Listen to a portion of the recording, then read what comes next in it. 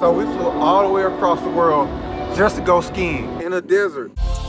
That might be out of my budget. Is it expensive? How much is it? How much is it? What do they eat? Do they have vegan options? I don't know. I can eat what they eat over there. What is there to do there? Man, I heard that place is boring. I heard that place is boring. Is it even safe over there? Is it even safe Is that over place there? even safe? But is it safe for Is it even single women? safe over there? You know they been killing people. What should I pack? I don't know. I heard the rooms are small and they don't even have AC. I don't know where to begin to plan a trip. Is there a language barrier? Man, I don't know.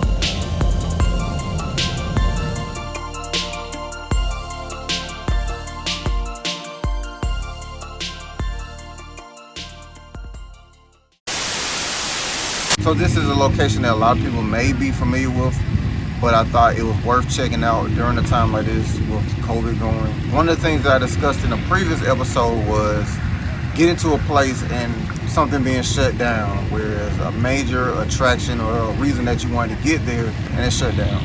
Well, Dubai is wide open. A lot of activities are readily available, but one of the things that I wanted to see when I got here was Ferrari World. I've always wanted to go ever since it first opened.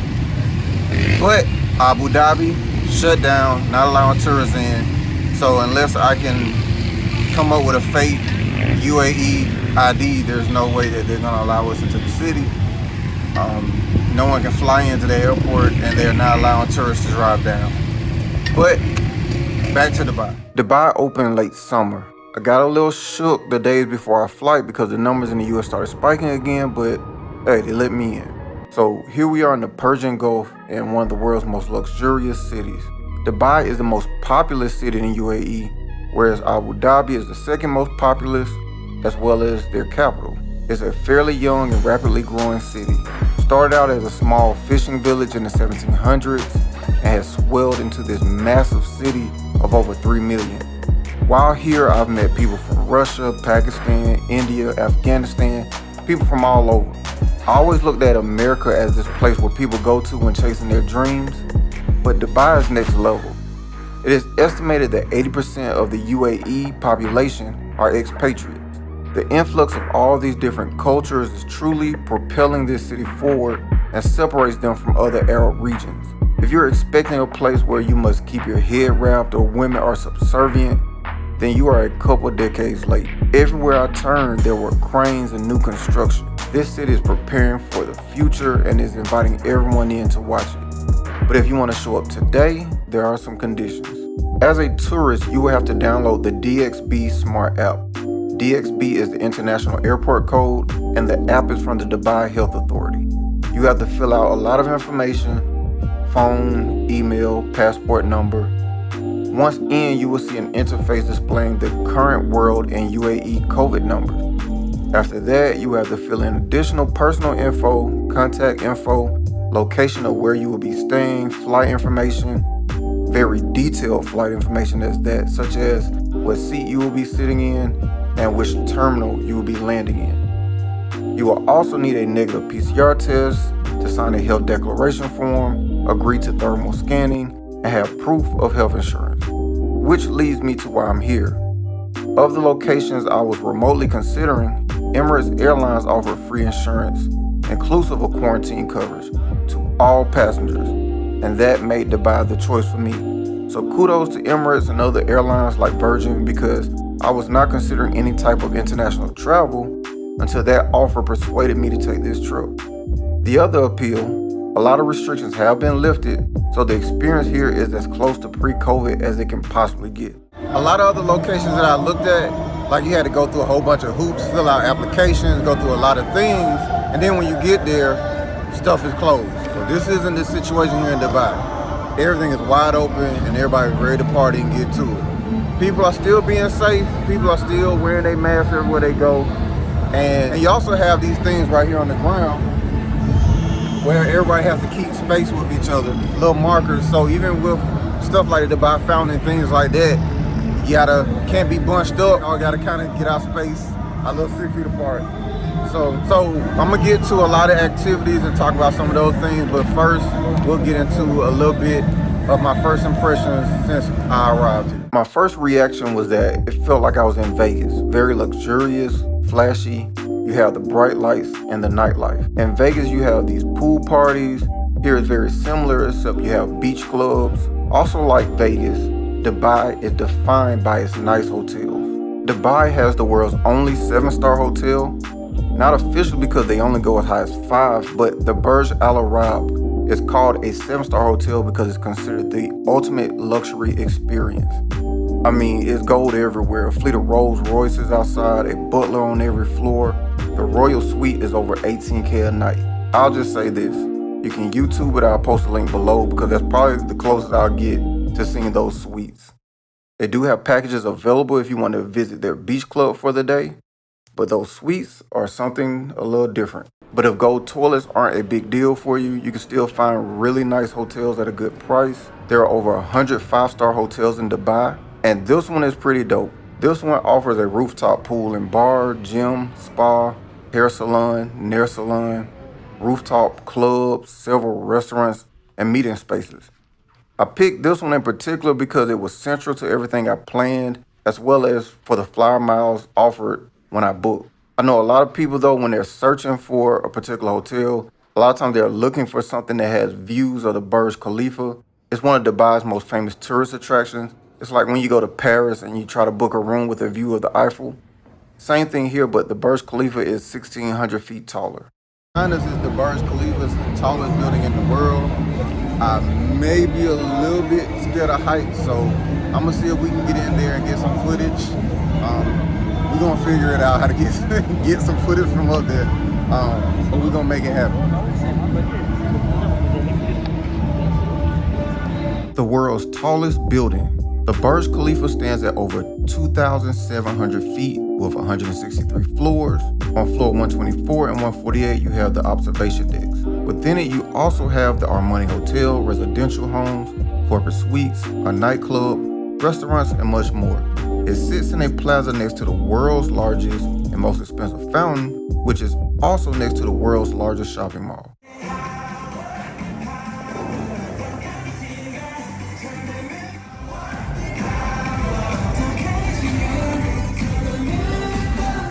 So the same people who did fountains in Vegas for the Bellagio also did this one. The cost of this fountain was upwards of $218 million. The peak height of a lot of the water bursts, 500 feet.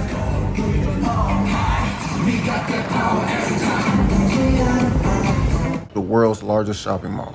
That shopping mall also happens to be called the Dubai Mall.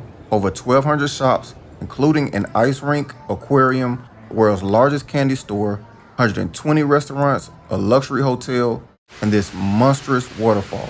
The waterfall runs through all 4 levels of the mall and is adorned with sculptures of divers.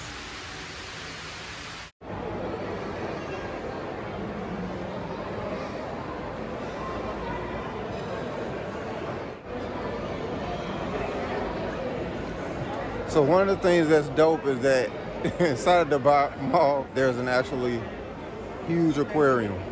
The aquarium sits on level 2 across from the Cheesecake Factory and showcases more than 300 species of marine animals. In 2011, this mall was the most visited building on the planet, attracting over 74 million visitors per year. We ourselves made at least 3 trips to this mall just during the week we were here. We also visited the Festival City Mall, which sits on Dubai Creek, and the Mall of Emirates. The Mall of Emirates is a fairly large mall in its own right. 630 retail outlets, a 500-seat community theater, 2 hotels, and one of the world's largest family entertainment centers. So here's something that's a little fancy. Emirates Mall has a waiting room for Uber pickups. And it's crazy.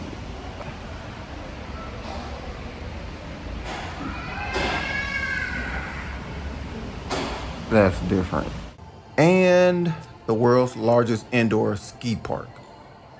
At Ski Dubai, they offer snowboarding, ski slopes, ski lessons, cafes, shopping, park rides, and much more. While here, I got my first ever ski lessons.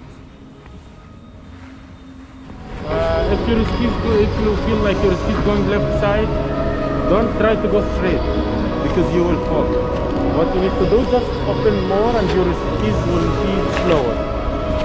For example, your ski is going this way, just open. Okay? But if you are trying to go straight, you will fall. Okay? Bend your left knee. More. Your right still more stronger. Focus with left. Yeah, come on. Bend your left knee more. Open and bend your left knee more. Bend left knee. Bend your left knee. Open. Don't open this, huh? Come on. Okay. Open.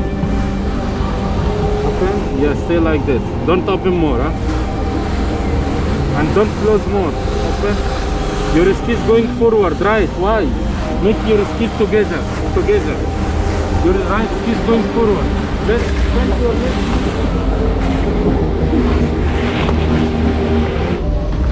Start like this, huh? Don't start with bigger. So, yeah, go.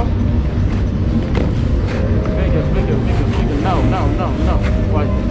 Still parallel. Open bigger.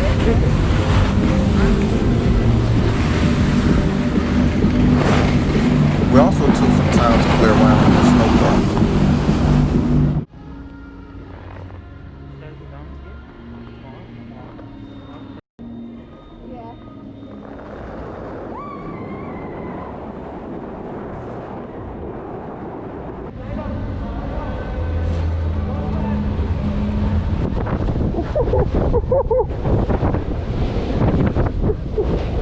One, two, three, go!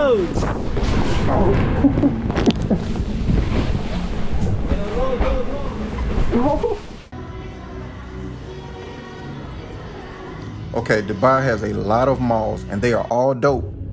Even if you're not shopping, they are tourist attractions unto themselves because of their size and extravagance. But if you're looking for truly unique items for yourself or others, go to a souk. The first souk on our list, the gold souk. Oh, no, thank Here you will find some truly one-of-a-kind pieces. Don't expect a huge discount. I was naive thinking I was gonna walk out with a couple gold bars, but the prices are vastly better than traditional retailers. You're getting the gold as close to market rate as I've ever seen. And we're not talking about 10K or 14K gold. We're talking about 21, 22, 24K.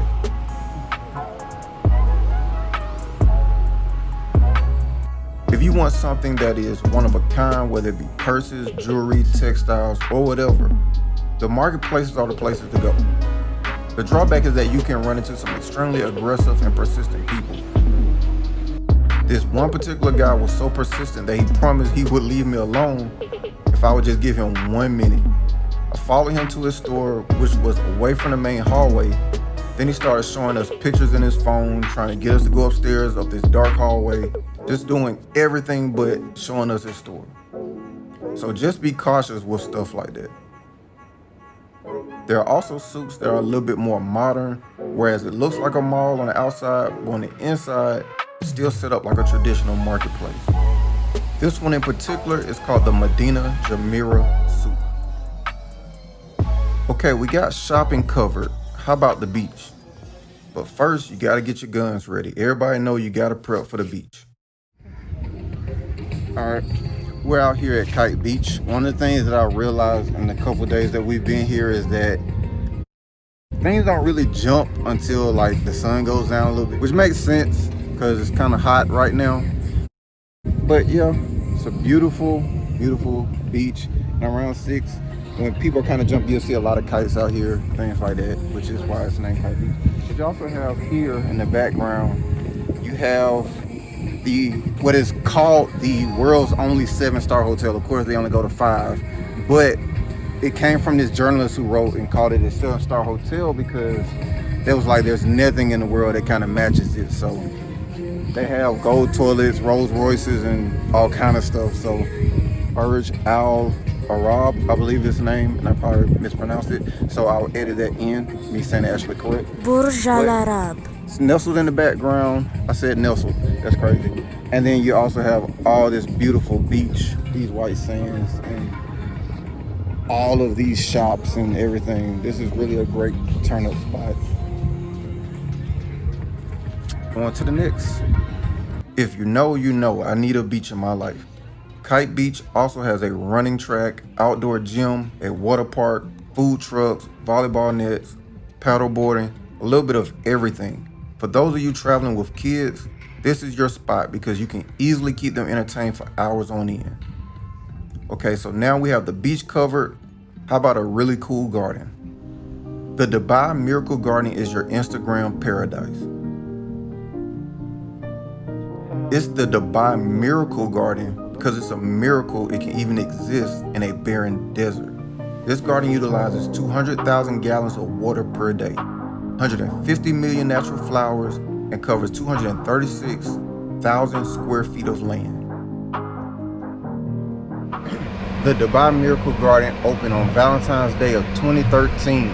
It is the world's largest natural garden. Behind us you have the Airbus 380, and that right there is the world's largest garden structure.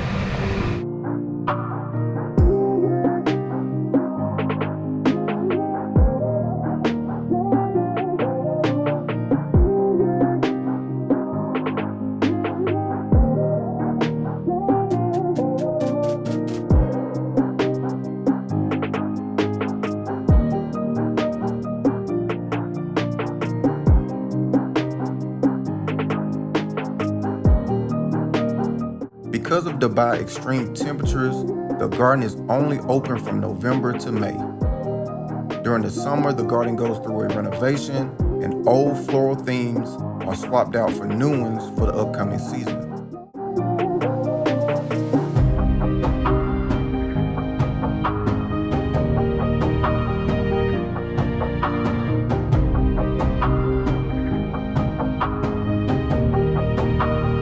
So what you're seeing right here is a result of a licensing deal with Walt Disney.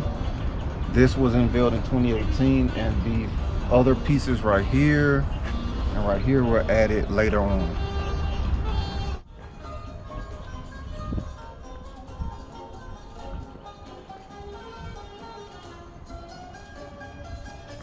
If you just so happen to be in Dubai when the Miracle Garden is closed, there may be another garden option.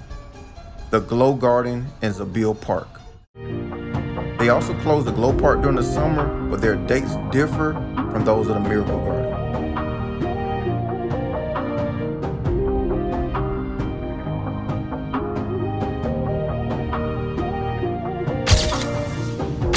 Again, another Instagram paradise, plenty of photo opportunities here. Here you have over 10 million LED lights on display in 60 different sets. Just like the Miracle Garden, they reset the themes each and every single year.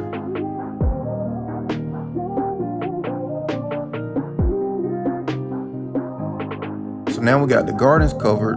What's next? Let's head to the marina. So this part is called the Dubai Marina Walk. As you can see, it looks pretty snazzy, kind of elitist looking, with yachts all over the marina. Beautiful glass front homes. Got a nice little twisty tower. The Palm is not that far from here, which is the man-made island in the shape of a palm. But yeah, this area is nice. It's sort of kind of a Miami-ish vibe. Let me turn this camera around so I can give y'all a better look. In the marina, you have, another mall. Dubai has over 60 of them, with another 10 on the way. Never a shortage for those of you who are searching for places to spend your money. Dubai has plenty of them. Also in the marina, we also have more fancy hotels, restaurants, and plenty of boats. Now that the marina is covered, let me show you another cool retail hub. Al Seef is a historic area of Dubai that sits along Dubai Creek. This area is a marriage between old Dubai and new contemporary designs. This portion of Dubai Creek is significant because it once served as an entryway to the Gulf's most successful pearl diving port. Divers would literally strap a weight to their foot, pinch their nose, and pull oysters from the bottom of the Gulf. There's a lot more significant history in this area, and you can learn more by taking the cultural walking tour in the Al Fahidi historic neighborhood next door. Once done, come back over and enjoy the atmosphere, approximately 37 restaurants and shops along Al Seif, or you can even take an Abra ride. Abras are old wooden style boats. They kind of serve as a water taxi and they transport people from one side of the creek to the other, or you could just cruise the canal in general. Okay, so now that we got a taste of old Dubai, what's next? Let's head out to the largest subtropical desert on the planet. There are plenty of packages that will bundle whatever activities you're looking for. I would just say beforehand, get an idea of what you want to do, then sift through those many tour companies and options to negotiate whatever you want to do to your liking. I had very few activities booked in advance of my flight, but this was one of them and it took hours to filter through the many options. First up for me, dune buggies.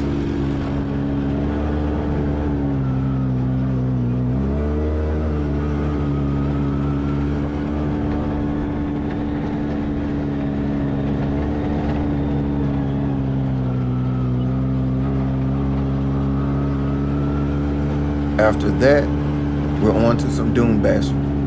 Honestly, before going, I didn't exactly know what to expect in terms of dune bashing. Before getting in the truck, the driver offered us barf bags, so I was kind of confused. But once we got started, I got the picture real quick.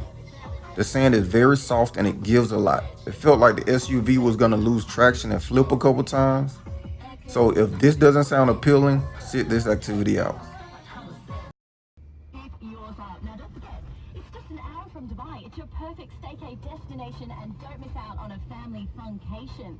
So you could have an overnight stay, breakfast included, interconnecting ocean deluxe rooms, dinner at Mare, and to top it off, water sports. After hanging out in the desert for a while, we got in some camel riding. First I will explain and after you will decide it. Okay? Okay. This camel ride is free, included in package. 1 minute short round. Okay? This camel long ride. 10-minute long ride. I will take photo, video, all desert proper enjoy. 1 person 20 dirham. So, alright. This one is 1 minute. 1 minute free. 1 minute for free. This round. Okay. Okay? This camel long ride. 10 to 50 minutes long. I will take photo, video, all desert proper enjoy. So 1 person 20 dirham. that's 10, 15 minutes. 10 minutes.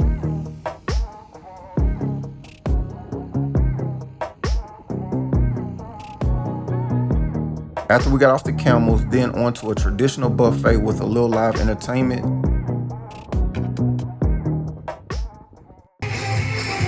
He's lit. You got glow in the dark pants.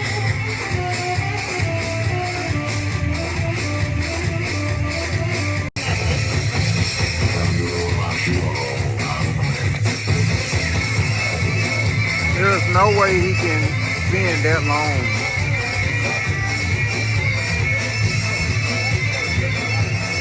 Without falling, there's no way.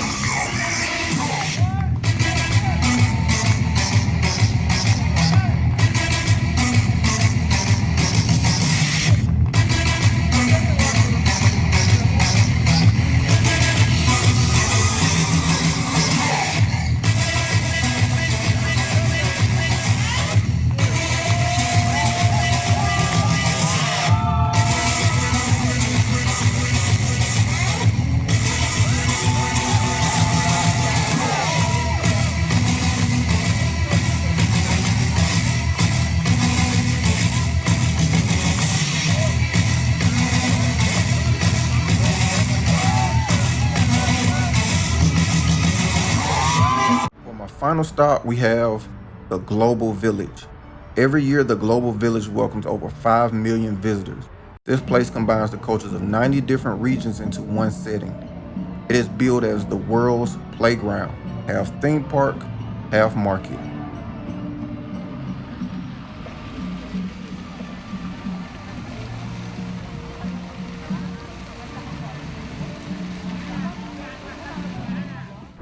We are here at the Global Village. I don't know why we're here. I just heard that it was really dope and it is absolutely stunning and beautiful with a whole bunch of stuff to do, but I don't know exactly what there is to do. But this is an amazing place. Like, it's really built up to celebrate the cultures of the world.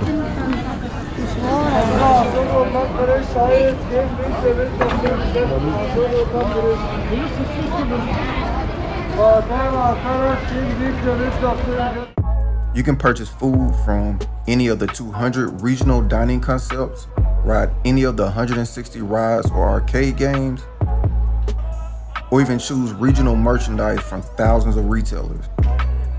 The pavilions are designed in the image of iconic structures from all over the world.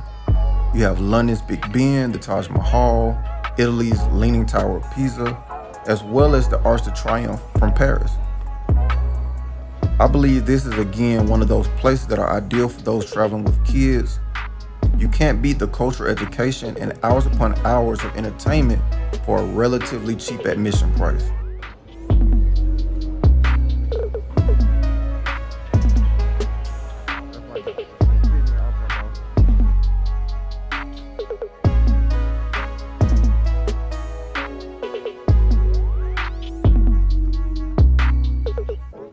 In terms of activities, this may seem like a lot, but I left a lot on the table. There's a lot that I did during my time in Dubai that I couldn't cover in this video, as well as a lot of things that I just didn't have time to get to while in Dubai. Dubai has so much to offer and clearly a lot of retail opportunity. However, the ultimate question, is this a safe place to travel during a time like this? And was it even worth it? So today is November 18th, 2020, Wednesday.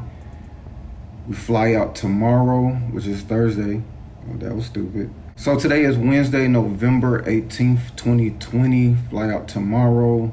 We left Atlanta last Thursday, so it's a pretty hefty sample size to get an idea of what Dubai is like during this time. If you're looking for a place to travel during this COVID pandemic, I can say that this is a good COVID option. If there is a good COVID option, there's probably no better option than your own living room at this moment. But this one is a pretty safe city. There's a lot of precautions that are being taken. I really can't say much because the numbers here are better than they are back home. But this is an option if you're looking for somewhere to go. There are sanitizing stations everywhere all over the city. Every Uber that you get into, every dining area, every restaurant, at every table. So there's sanitizer everywhere. It's a wonderland of sanitizer. The other thing is, when I booked this hotel, I selected the breakfast option to kind of knock out one of the bills. Therefore, we have breakfast already taken care of every single morning. When I first initially got here, my first impression was, man, they really have great service here. Like, they won't let me touch anything. Every time I reach for something, they're like, no, I got it, and they just went and reach. But it finally clicked, yeah, what they're doing is they're minimizing the amount of touches that happen around the food. Of course, we have to be masked up. Everyone is masked up, but they don't want you to touch anything. Just kind of the steps that they are taking to minimize the touches around the food and around the restaurant. They temp check everyone who enters the hotel, whoever enters the premises. The minute you walk in, a guy confronts you with the thermostat. I went to work out one morning in the gym, and there's a attendant that sits outside the glass. The minute you get off the equipment, he comes in and sprays it back down. So they're taking different precautions just to make sure that everything is sanitized and to whatever comfort level that at least you can be in these times. They offer different services here. On the same floor at the gym, they have a nail salon, hair salon, They have a spa, got a massage, and everyone is masked up. Everyone is sanitizing everything down.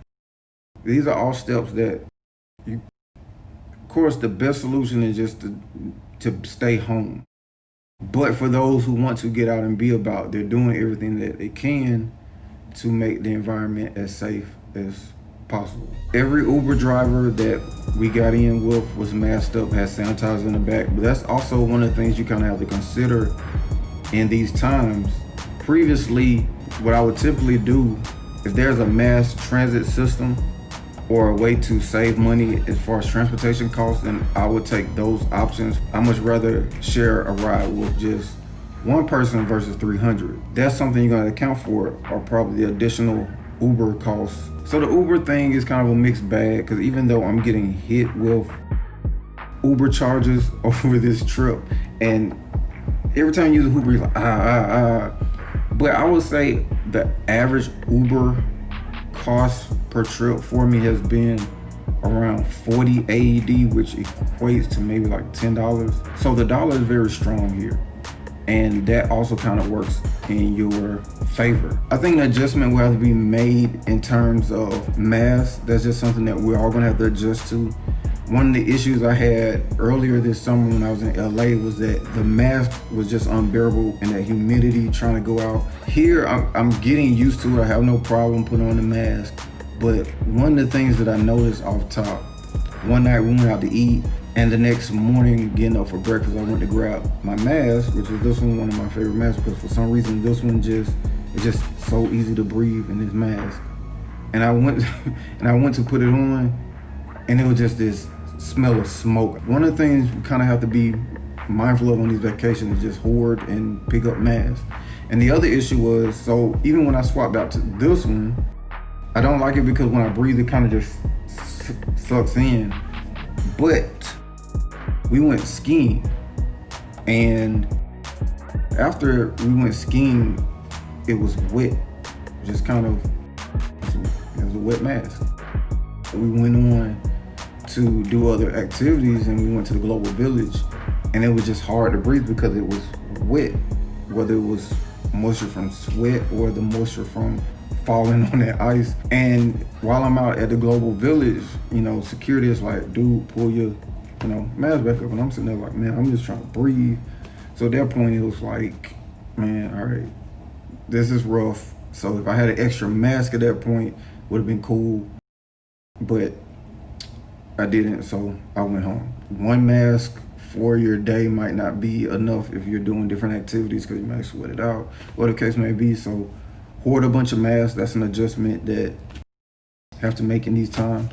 My biggest question was, can this still be fun? Can traveling still be fun during these times? Because a lot of places, you go to certain activities, it's closed, it's blocked off from tourists, things like that, because they don't want gatherings and they don't want people to gather and make each other sick. Well, that's not the case here in Dubai. It's definitely wide open. You can definitely have fun. They do in some way monitor the crowd size and things like that. So there'll be things, whereas when we went, they had little squares to say, all right, each person to each square, and they had security just to make sure that people kind of followed the rules. Because I don't want to just go somewhere just to sit by a pool and take pictures. Like, I can do that at home. That's the reason I travel, is to do things and activities that are unique to those destinations that I can't do at home. And for Dubai, yeah, the answer is yes. There are plenty of stuff that I can't do at home that you can do here, and it's still open for tourists to participate in. Who knows how long that will last? I guess we will see, because there are some countries that will potentially shut down again and lock us out. But as far as right now, I would say this is a good time if you're looking to book anytime soon. The weather, this is probably the best it's gonna be. This is probably the best time as far as temperature to come visit, and everything is open. The only disappointment was that I didn't get to go down to Abu Dhabi and to Ferrari World, which was something I was really looking forward to. But if Dubai is something that you had on your list to visit during this time, just have to go through the precautions and the steps, but this is a pretty good option. See y'all next episode.